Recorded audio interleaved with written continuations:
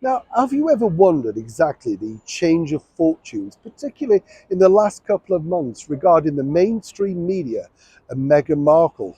I mean, the bigger question is Meghan now once again controlling the mainstream media? Let me explain. Hi, good morning. How are you? Nice to see you. Should we have a wave? Yes, let's have a wave. Hands free, as you can see today. I know you feel like you've gone mad because you can move around. Normally, when you're holding the stick, it's quite difficult. And as a lot of people have pointed out over the last few days, we've had inclement weather, bad weather, rain and everything. And the stick's floating around. You're like, ooh, can't control it, A lot of fun though. You get a lot of looks doing it, can you imagine, out here in the centre of London. People look at you like you're nuts, like him. Yeah, you see, they toot at you. Oh, let's not go there. Back as ever though to your breaking royal story of the day. Now, a lot of people have pointed out to me and, asking me exactly how has this developed, and I'm going to share this with you only between you and I, as ever, exclusively.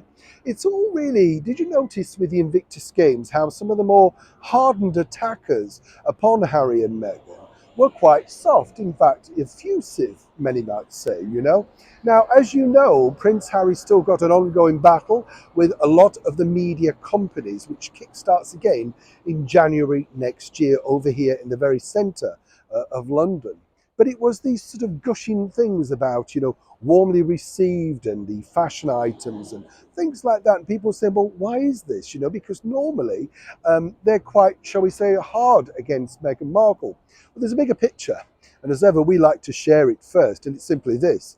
Meghan Markle has joined one of the most powerful agencies in the world. No two ways about it.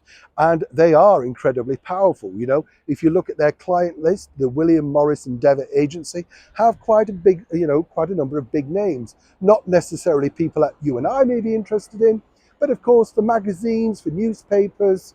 Now, if you don't write nicely about our clients, and as ever we have to say allegedly, then they can pull back clients. So if you wanted to interview Adele or an exclusive interview with, say, Barry Manilow, then that could be problematic.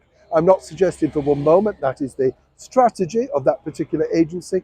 I've worked in this business a long time.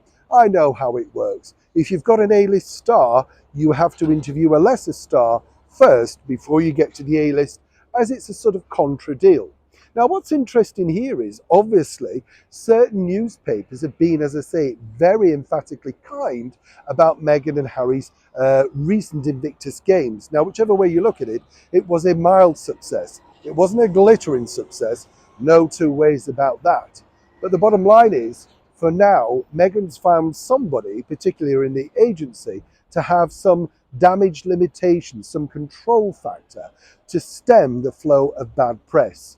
Is it enough, though, to turn the tide and make the public once again fall in love with her like they did in the 2017 and early 2018?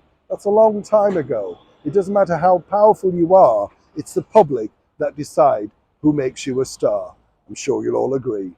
Neil Sean in the very heart of London.